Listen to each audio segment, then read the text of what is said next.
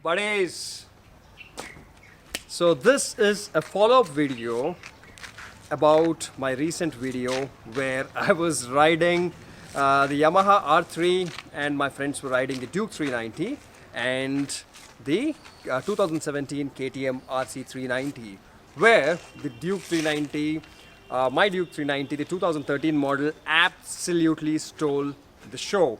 And it was doing, I don't know, almost 179 kilometers an hour and was literally able to smoke the Yamaha R3 and also the RC390.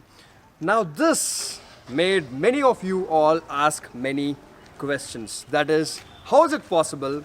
And also another thing, that is, why I did not shift to 6th gear when I was riding the Yamaha R3. I mean, I did shift to 6th gear, but I was not shifting to 6th gear very often. Now, there is a clip where I'm doing about 174 kilometers an hour on the Yamaha R3 and I'm still in the 5th gear. So many of you have written that, come on Vikas, if you would have moved upshifted to 6th gear, then you would have been able to overtake the Duke 390 or the RC390. But sadly, the answer is no. Because we got to understand one thing. 6th gear, it could be in a car or it could be in a motorcycle. It is known as an overdrive gear.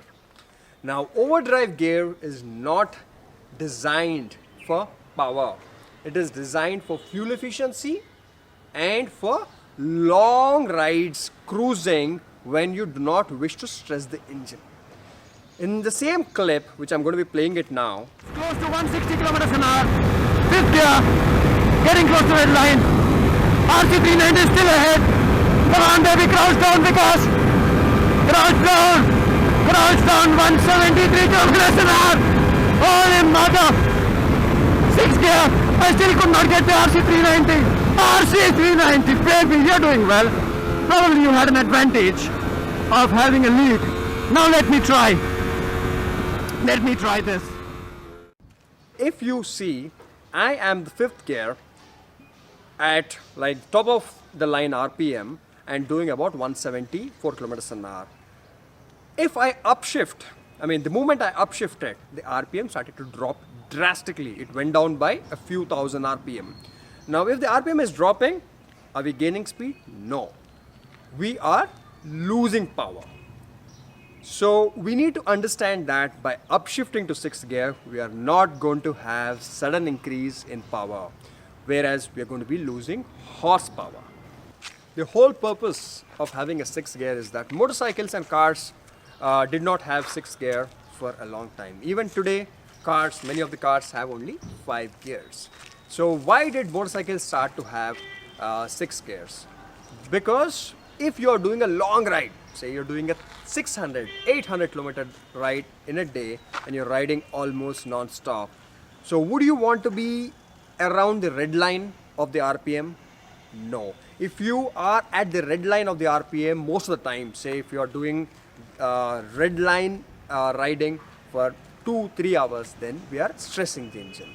Redlining should not be done more than few minutes at a time.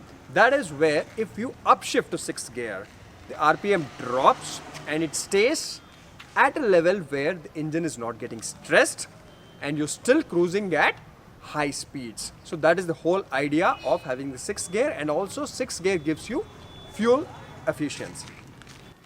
Now I'm going to be speaking about practical top speed and ultimate top speed. Now this is a topic where most of us get absolutely confused and we start having myths.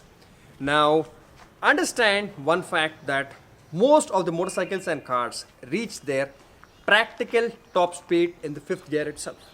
6th gear, when you engage 6th gear, they can reach the ultimate top speed. Now, what is the practical top speed and what is ultimate top speed? Very often, we all have heard that a Ninja 300 can do 190 kilometers an hour. I've also heard that the Yamaha R3 can do well above 180 kilometers an hour. Well, probably yes. But that is known as the ultimate top speed. Like for example, my Honda Civic car has got an ultimate top speed of 210 kilometers an hour. But practically, you would run out of road after about 175 kilometers an hour. So practical top speed is a top speed that you can reach within about a kilometer, because practically on a highway, no matter how good it is, you would not be able to stay at a very high speed at full throttle, crouched down for kilometers and kilometers together, correct? So see, for example, when you're on a Yamaha R3, the practical top speed, I believe, is generally about 175 kilometers an hour. So you start accelerating, you keep up shifting first, second, third, fourth, fifth. You are at full RPM, and within about a kilometer, you reach about 175 kilometers an hour. So that is the practical top speed.